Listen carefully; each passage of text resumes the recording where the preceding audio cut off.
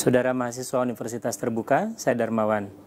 Dalam mempelajari bagaimana memahami uang dan apa hubungannya dengan waktu, kita tentu akan mempelajari bahwa kadang-kadang kita memperhitungkan nilai uang yang kita miliki sekarang di masa depan, atau bisa juga sebaliknya, bagaimana nilai uang di masa depan dihitungnya tapi sekarang.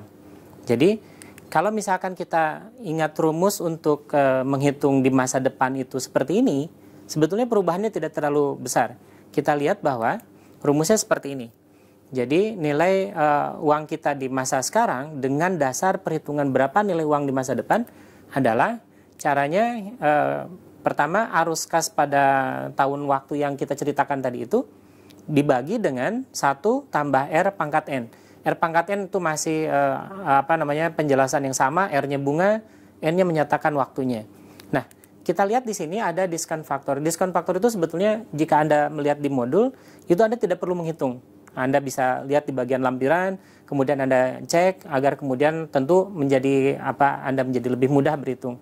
Walaupun sebetulnya Anda bisa juga menggunakan alternatif lain selain perhitungan seperti ini. Seperti yang sudah saya jelaskan pada video sebelumnya juga, kita bisa menggunakan Excel. Agar Anda bisa lebih memahami, saya harapkan Anda menguji coba pertama kali adalah dengan angka yang sama, jumlah uang yang sama. Yang dibicarakan adalah jumlah uang 1 juta. Jadi ketika kita punya uang 1 juta hari ini, berapa 2 tahun yang akan datang? Dan kalau kita coba balikan untuk menghitung apakah benar nanti jawabannya, maka masukkan angka 1.322.500, uang di masa depan itu, uang sekarang berapa?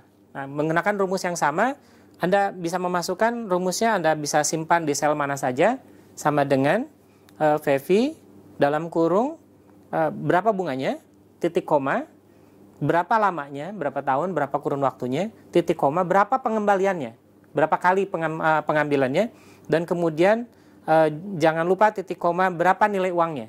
Berbeda dengan yang tadi, ketika kita memasukkan yang tadi itu ada angka negatif 1 juta, sekarang tidak pakai angka negatif. Langsung sebutkan berapa uang yang kita mau hitung. Nanti akan didapat angka yang sama, 1 juta. Tetapi nanti akan keluar angka negatif 1 juta. Maknanya bukan berarti uangnya menjadi minus 1 juta, bukan.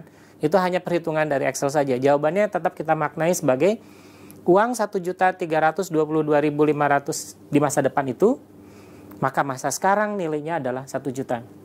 Jadi Anda bisa bolak-balik menggunakan untuk menguji apakah perhitungan Anda sudah benar nggak.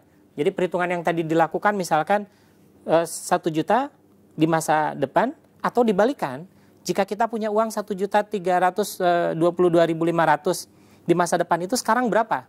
Maka kita bisa menggunakan rumus yang ini. Ya sebetulnya caranya tidak terlalu sulit, hanya kadang-kadang kita tertukar rumusnya. Mohon diingat, yang tadi rumusnya bisa kita lihat yang ini.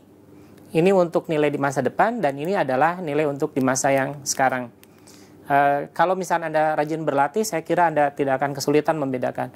Ingat pula bahwa mungkin kita tidak mengambil uang ini di akhir tahun sekaligus, tetapi bisa jadi beberapa kali seperti yang dijelaskan jika kita menghitung uang di masa depan. Jadi kita gunakan rumus yang sama, tetapi lagi-lagi masukkan huruf M di dalam rumus kita. Jadi nilai uang pada saat ini, kemudian berapa arus kas pada tahun ke N, kemudian ini M-nya berapa kali ingin diambil. Ingin diambil itu artinya misalkan bisa jadi kita mengambil setiap triwulan. Itu artinya nanti M-nya 4. Jika kita ngambil semester itu dalam setahun 2 kali, maka M-nya jadi 2 dan seterusnya. Sebetulnya kalau kita lihat perhitungannya sederhana, tetapi mahasiswa seringkali tertukar antara rumus pengambilan 1 kali dan pengambilan yang berkali-kali. Karena kemudian timbul pemahaman, apakah kalau saya menyimpan uang deposito senilai sekian, kemudian kurun waktu 2 tahun, apakah kemudian saya bisa mengambil pada kurun waktu 2 kali, 3 kali, dan tidak langsung pada akhir tahun kedua? Nah, ternyata bisa dilakukan, perhitungannya kira-kira seperti ini. Saya berharap Anda memahami bagaimana cara perhitungannya, membedakan terutama antara yang 1 kali pengambilan dan yang kedua, ketiga, beberapa kali pengambilan. Terima kasih, selamat belajar.